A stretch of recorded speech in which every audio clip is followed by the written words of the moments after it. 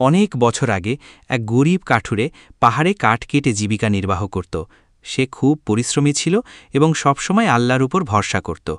প্রতিদিন সকালে উঠে নামাজ পড়ে সে পাহাড়ে যেত, কাঠ কাটত, তারপর সেগুলো বাজারে নিয়ে গিয়ে বিক্রি করত।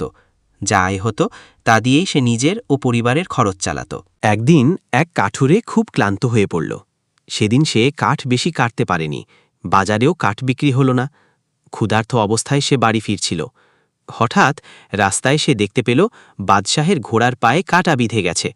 আশেপাশে কেউ সাহায্য করছিল না। সাহস করে কাঠুরে এগিয়ে গেল এবং বলল, ইয়া বাদশাহ, আমি সাহায্য করতে পারি যদি অনুমতি দেন।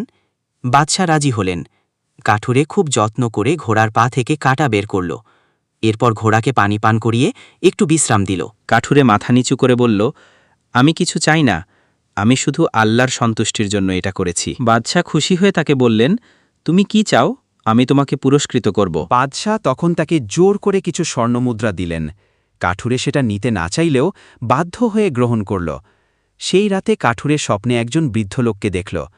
তিনি বললেন, তোমার সততা আর ধৈর্যের কারণে আল্লাহ তোমার রিজিক বরকত দিবেন, কখনো অসৎ পথে যেও না। সকালে উঠে কাঠুরে দেখল তার পুরনো ভাঙাঘরের এক কোণে মাটির নিচে কিছু সোনা লুকানো ছিল, যা বহু বছর আগে তার দাদার আমলের। সে বুঝল আল্লাহ তার জন্য রিজিকের ব্যবস্থা আগেই রেখেছেন, কিন্তু সেটা সঠিক সময়ে দিয়েছেন।